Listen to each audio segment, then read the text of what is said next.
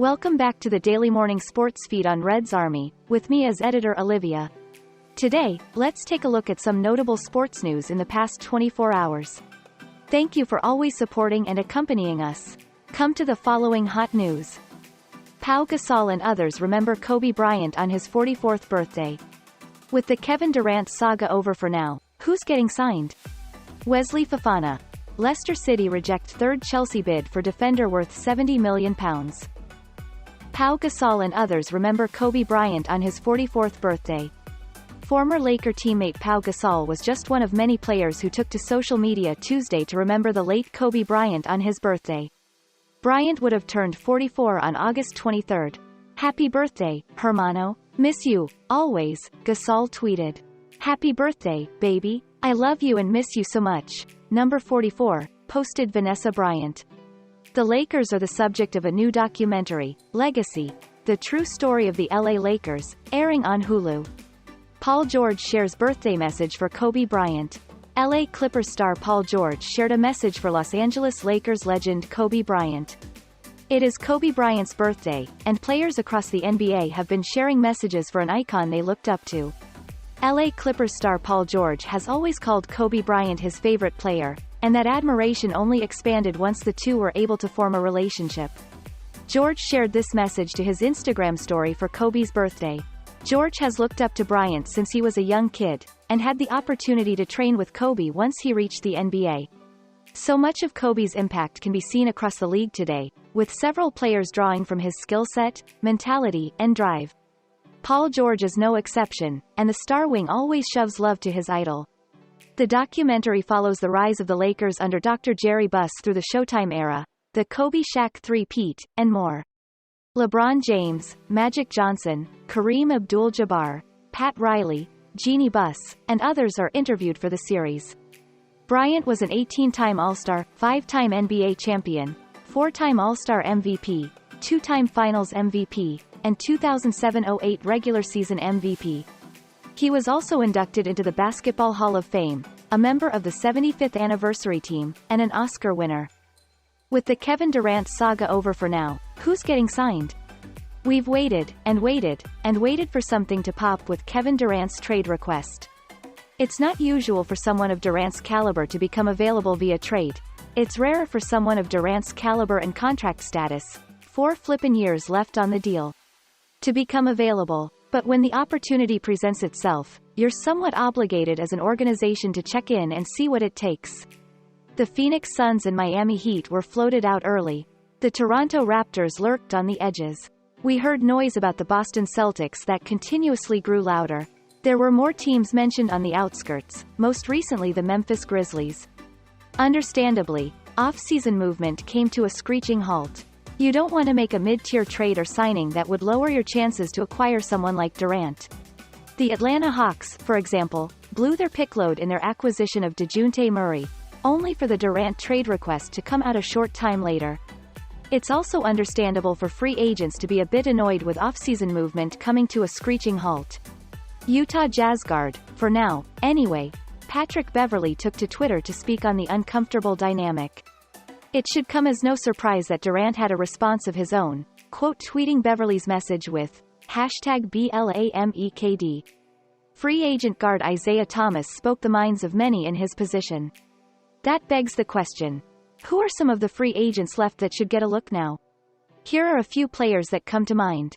Carmelo Anthony. Key stats: 13.3 points per game on 52.1% from 2, career low 4.7 attempts, and 37.5% from 3, 5.8 attempts.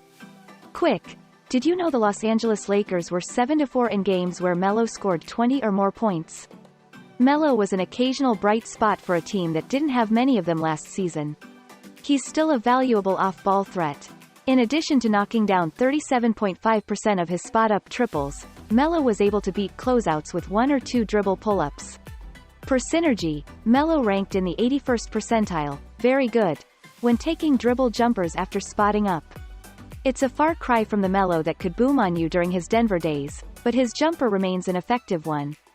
The defense will likely be a problem in high-leverage moments, though Melo had some fun flashes as a backup 5 last season. A strong defensive infrastructure will be important if you want to get the most and best out of him. There's still enough juice in the tank for him to be a bench hub. Ideal fits: Miami Heat, Milwaukee Bucks, Cleveland Cavaliers. Hassan Whiteside. Key stats: 8.2 points on a career-high 65.2% from 2, career low as rotation player 5.1 attempts, 7.6 rebounds, 2.6 offensive, and 1.6 blocks per game. Whiteside's career arc has been one of the weirdest ones in recent memory. He was a first-round talent that fell to the second round because of reliability concerns. He found himself out of the league pretty early on, only to make a 2K-esque splash with the Heat. He earned max dollars in 2016 and eventually lost his starting spot to a young Bam Adebayo in 2019, and has ridden the backup circuit since then. Quietly, though, Whiteside has still been productive. He remains a monster on the offensive glass, and his length and timing as a shot blocker still make him a solid drop coverage option. Per second spectrum, the Jazz allowed roughly 0.92 points per possession on trips featuring Whiteside in a drop last season, a top 10 mark among players to defend at least 500 picks. Of course, the issue has been that his box score numbers miss some of his weaknesses. He's a poor lateral mover at this stage of his career, a flaw on its own before getting into his unwillingness to move and make second efforts at times. Whiteside works in a drop, but it's a bit concerning that he's boxed into that scheme to a degree. A team acquiring him will need to have slithery screen navigators in front of him, or strong help defenders that can dig on drives and help restrict space. Offensively, the screening has been hit or miss. The passing is too. He's improved enough to knock down a relief jumper or two, but it's important to let him indulge that part of his game too much. Ideal fits: Minnesota Timberwolves, Phoenix Suns. Wayne Ellington. Key stats: 6.7 points per game on 38.9% from 3, 4.9 attempts, career high 89% of shots came from deep. It's easy to cite the becoming old adage, but you can never have too much shooting. It's worth noting that Ellington isn't just a shooter, he's a moving target. Because of his understanding of spacing and angles, and his ability to balance himself in the air, he's able to free himself for looks whether a play is called for him or not. He isn't the best movement shooter in the NBA, but he might be my favorite one to watch. Ellington is dutiful in his movement patterns. Purposeful. He's someone that defenses have to pay attention to, and I love the way he weaponizes that. There really isn't a system he can't fit in. His shooting and off-ball randomness could add some juice to a contender's attack off the bench, or he could provide much-needed relief for young ball handlers on rebuilding rosters. Ideal fits: Cleveland Cavaliers, Philadelphia 76ers, San Antonio Spurs, Orlando Magic. Stray thoughts: he hasn't been officially bought out yet, but Kemba Walker could be worth having as a veteran presence that can run some pick and roll for you. One anonymous executive recently suggested the Suns as a landing spot. A Hornets return would certainly make some sense. That locker room desperately needs veterans. We have to see what comes of his court case, but Montrezl Harrell, 13.1 points, 6.1 rebounds last season, is still a productive pick-and-roll partner. For a team that can use a roller, he's worth a call. This has been discussed on the dunker spot, but it's wild seeing Dennis Schroeder and Eric Bledsoe still on the market. The former had positive moments with the Houston Rockets after the All-Star break last season, while Bledsoe can still generate paint touches and defend at the point of attack pretty well. If either is willing to accept bench roles for the long haul, there's utility present. Wesley Fofana. Leicester City reject third Chelsea bid for defender worth £70 million.